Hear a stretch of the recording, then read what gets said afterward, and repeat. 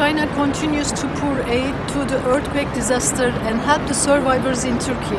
A Turkish Airlines cargo plane carrying the first batch of 40,000 blankets landed at Istanbul airport on Saturday afternoon after taking off from Shanghai Pudong airport. In the coming days, 1,000 sets of cotton tents, electrocardiograph machines, ultrasonic diagnostics, medical transport vehicles, and manual hospital beds will be shipped in batches from China. The twin earthquakes of 7.7 and 7.6 magnitudes hit Turkey's southern part and devastated almost 10 provinces on Monday.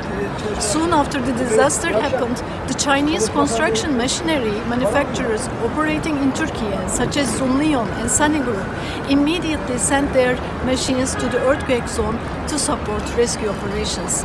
Several Chinese search and rescue teams are also working on the earthquake zone round the clock to save those trapped under the ruins of numerous buildings.